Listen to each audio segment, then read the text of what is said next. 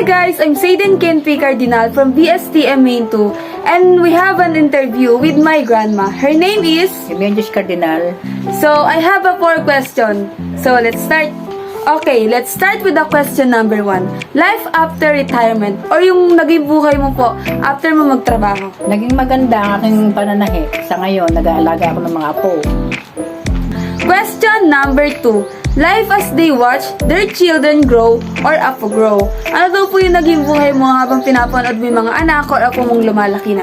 Naging masaya ako dahil nakita ko sila naging successful ang kanilang pag-aaral at naging masikap sila sa kanilang buhay.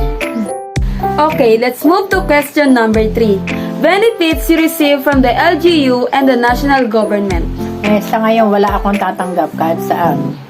Wala akong natatanggap na kahit anong benepisyo sa gobyerno. The last question is, things that you still wanted to do. Ang pananahi kasi, hindi ko na kayang manahi dahil masakit na yung mga katawan ko. Kaya tumigil na ako. Sa ngayon, nag-aalaga na lang ako ng mga apo. So that's it guys. Thank you for listening and thank you for watching our little interview with my grandma. Bye!